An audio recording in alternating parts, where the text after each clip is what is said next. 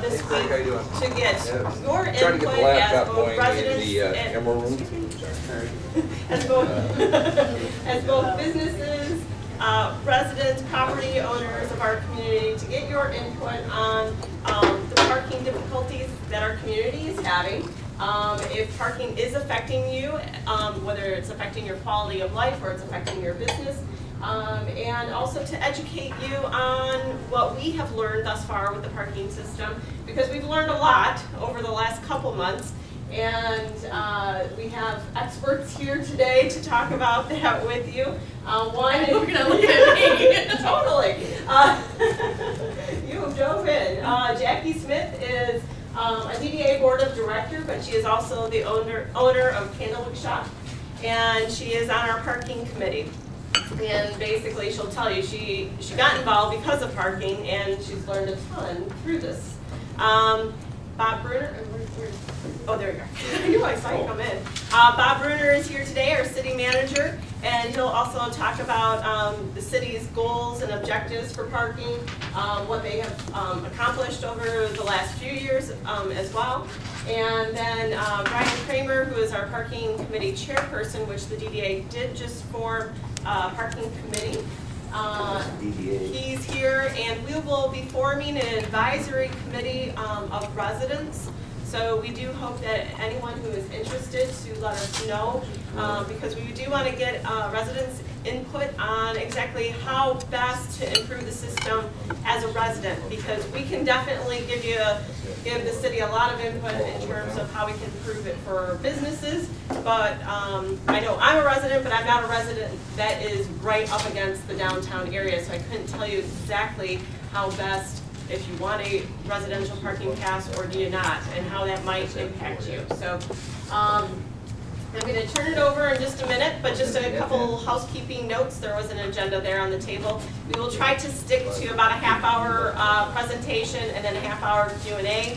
A few ground rules with Q&A is that we're going to ask that everyone have a turn of asking their first question, and then we'll go back around for any secondary questions after that.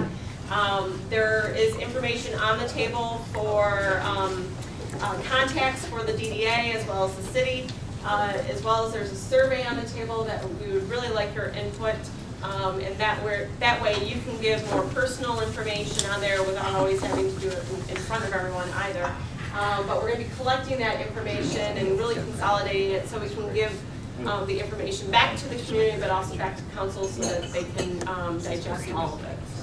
With that, I am going to turn it over to Wonderful Jackie Smith, who will not have a PowerPoint, but she will talk from what she knows. I'll do my best. I love having slides and graphs and 8x10 glosses with circles and arrows, but I don't have them today. My name is Jackie Smith, and I'm the owner of the Candlewick Shop down the street. I've owned it for about 1.5 years. And I also own Coventry Creations, which is a candle factory here in Ferndale. And that's over at like Woodward Heights and Hilton area. And I'm now a resident of Ferndale as of last August. So I have put all of my eggs in the Ferndale basket, and I love it. I love the city. I love this town. I keep saying this is the small town within the big city because we get it all here.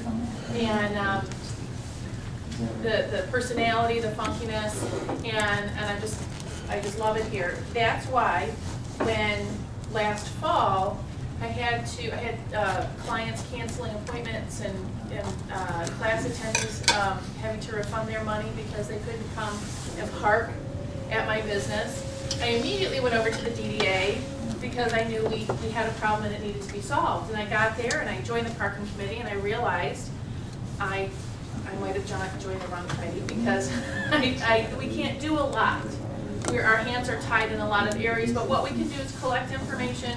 What we can do is listen and report on it, do a lot of research and a lot of study, which is what we've done for the past several months. I did not know that I was going to start becoming a parking expert last September. It was not on my to-do list, but now I have learned so much about it that I'm doing this presentation for you all. The goal for the DDA's goal in having the forum is, first of all, to listen to you, to hear what you have to say, to communicate what we've learned. But additionally, the DDA adopted a resolution at the end of January that is basically, we're asking the city to make resolving the parking deficit its #2 priority. #1 priority always being city services. We don't ever want to interfere with that. But to make it the #2 priority, specifically talking to the other capital improvements the city wants to do, because we feel that resolving the parking issue downtown will help the city grow more, and there'll be more funds available for the next round of capital improvements. We also want to protect the downtown businesses that have already invested their life and their energy and their love into the downtown area, so that we don't have more development going on that puts more of a strain on our already strained parking system. So we're asking the city to be mindful of that as well. We need to support the growth here in downtown Ferndale, and because it helps the city grow in its entirety. There's a recent city study that said the reason why people move into Ferndale is because of the downtown area and the improvements and growth we've had here. I mean, even the almost 8 years that I've had my business here in Ferndale, it's been an amazing growth, going from maybe one restaurant to take clients to now I have, dozens I can choose from on a daily basis to impress my clients. But the other thing that we have as a goal here is to create a paradigm shift in thinking. We have to change our thinking as to how parking affects us, how we're going to deal with parking. It is not just a simple matter of more spots somewhere. It's a whole process we have to create. We have to get employees out of the prime parking areas, and we have to allow for customers to come in and have more opportunity to patronize our businesses here in downtown. It's a citywide issue. It's absolutely a citywide issue, and like I said, it's not just a check to be written. It's a whole process that needs to be resolved. I can't hear you. And he's gone to fix it. It's Okay. out there. He's dealing with it. He's already got it. He's out there. We've lost your reception. I know, I'm all fuzzy now. I'll talk a little louder for this moment. The other thing that is actually almost, it is equal to, if not as more important than the business issue, is the issue with the residential neighborhoods. It's too much of a burden on the residents. It's affecting your quality of life. We hear you. We absolutely hear you. And that's the reason why we have this community forum. So you can come in and you can voice it. You have to be able to park in front of your own home. You have to be able to have guests over. You have to be able to sleep at night without someone who's coming back from the bar waking your entire family up because they're hooting and hollering by their car. These are the things that we're asking the city to take note of and start to respond to.